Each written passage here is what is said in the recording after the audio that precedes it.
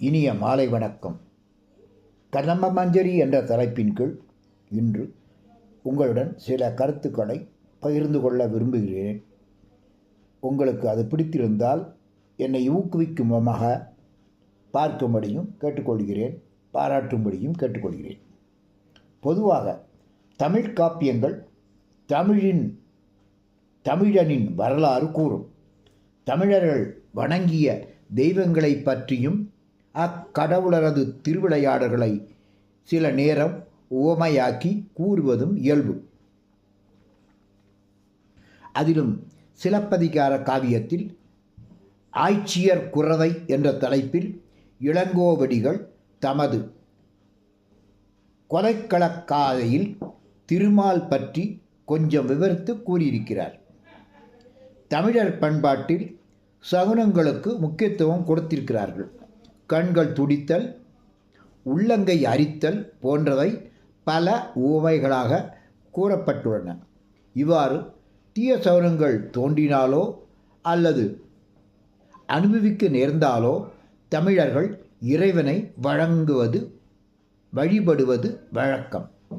திருமால் என்றும் கண்ணன் என்றும் கூறப்படுகிற விஷ்ணு பகவான் முல்லை நிலத்திற்கு உரிய கடவுளாக கூறப்பட்டுள்ளார். வயலு சார்ந்த இடங்களும் முல்லை நிலமாக வரையறுக்கப்பட்டுள்ளன. மதுரை என்பதே வயலும் சார்ந்த இடமும் ஆகும். மாடுகட்டி போரடித்தால் மாளாது சென்னல் என்று ஆனைகட்டி போரடிக்கும் அழகான தென்மதுரை என்ற வரிகள் எனக்கு நினைவுக்கு வருகிறது. இதிலிருந்து செழிப்பான வயல்கள் தன்னகத்தே கொண்ட மதுரை. இந்த பகுதியில் கால்நடை செல்வங்கள் அதிகமாக வாழக்கூடிய இடமாகும். கட்டுக்கலங்கானும் கதிர் உழக்கு நெல்கானும் அரிதாள் அறுத்து வர மறுதாள் பயிராகும். அரிதாளின் கீழாக ஐங்கலத்தின் கூடுகட்டும். இப்படிப்பட்ட செழிப்பான பகுதியில் துர்நிமித்தங்கள் துர்சவரங்கள் ஏற்பட்டது என்று சிலப்பதிகாரத்தில் கூறுகிறார்கள். மாதரி என்பவர் இதை நினைத்து வருந்தி தெய்வத்தை, அதாவது திருமாலை, கண்ணனை, முல்லை நிலத்துக்கு அதிபதியை வழிபட்டு இந்த துன்பத்திலிருந்து காப்பாற்ற வேண்டும் என வேண்டிக் கொள்கிறார்.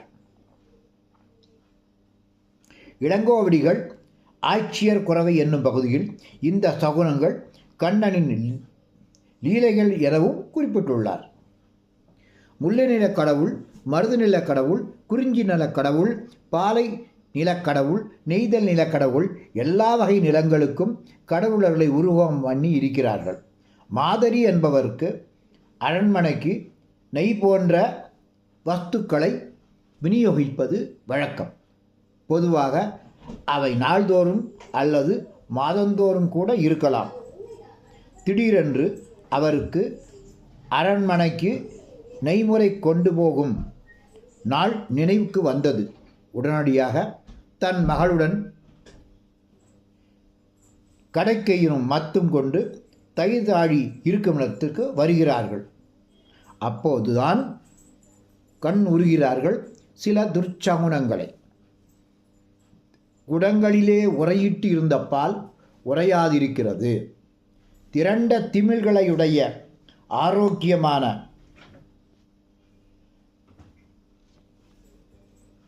ஆணிரைகளில் இருந்து அழகிய கண்களிலிருந்து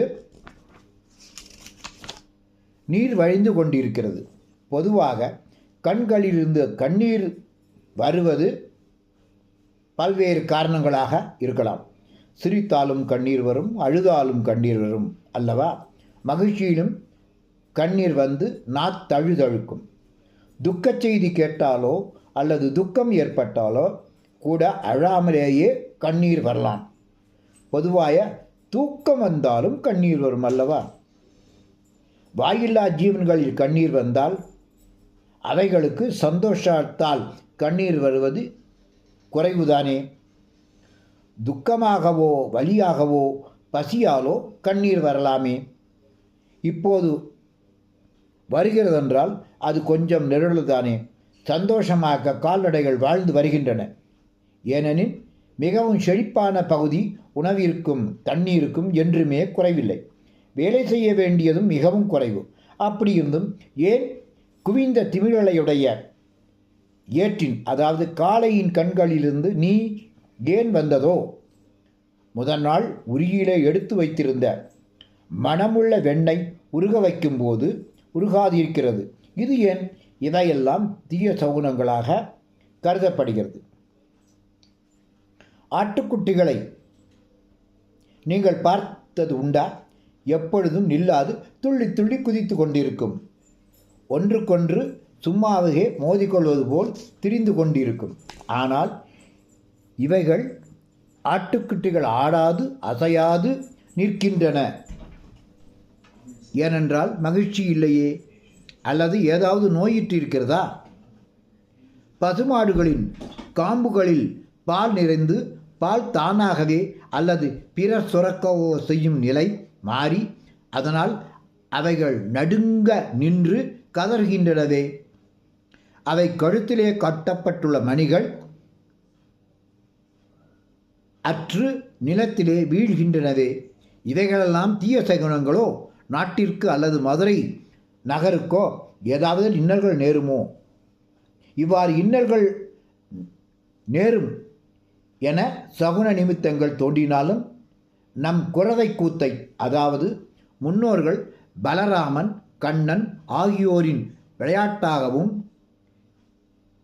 பிஞ்சை பிராட்டியோடு அவன் ஆடிய ஆட்டங்களையும் ஆடுவோம்.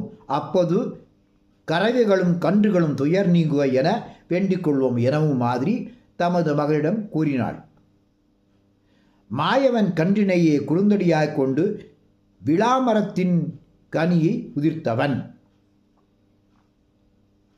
பாம்பையே மத்தின் கயராகச் சுற்றி பார்க்கடலை கடந்தவன் மாயவன், கொல்லையிலே நிற்கும் குறுந்த மரத்தையே முறித்து விட்டவன் கண்ணன். கோபிகளுக்கு நுண்ணிய இடையும் மென் சாயலும் அவளும் வண்ணம் அசைந்து பெறுபவர்கள். அவர்களுடைய புடவையை எடுத்து ஒளித்து வைத்து கொண்டான் அந்த மாயவன்.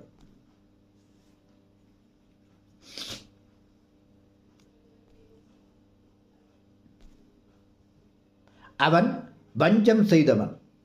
காளந்தியாற்று நீருள் அவன் அவளது நெஞ்சினை கவர்ந்தவன். கதிரவனை தன் சக்கரத்தால் மறைத்தவன். கடல் போன்ற நீலவண்ணன் ஆகிய கண்ணன். இப்படியாக பல திருவிளையாடல்களை செய்தவன்.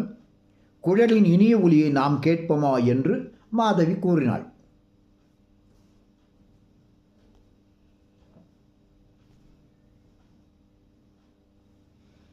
சிலப்பதிகாரம் கூறிய கிருஷ்ணரின் திருவிளையாடல்களை கேட்டீர்கள்.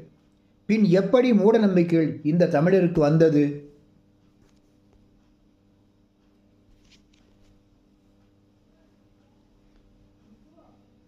எனவே பொதுவாக சகுனங்கள் தமிழரின் வாழ்வில்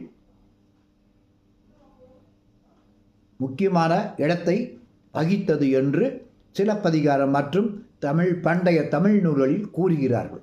என்ன நேயர்களே, நான் கூறிய கருத்துக்கள் உங்களுக்கு பிடித்ததென்றால் என்னை பாராட்டு முகமாக கேளுங்கள். என்னுடைய வீடியோக்களை பார்த்து மகிழுங்கள். நன்றி, வணக்கம்.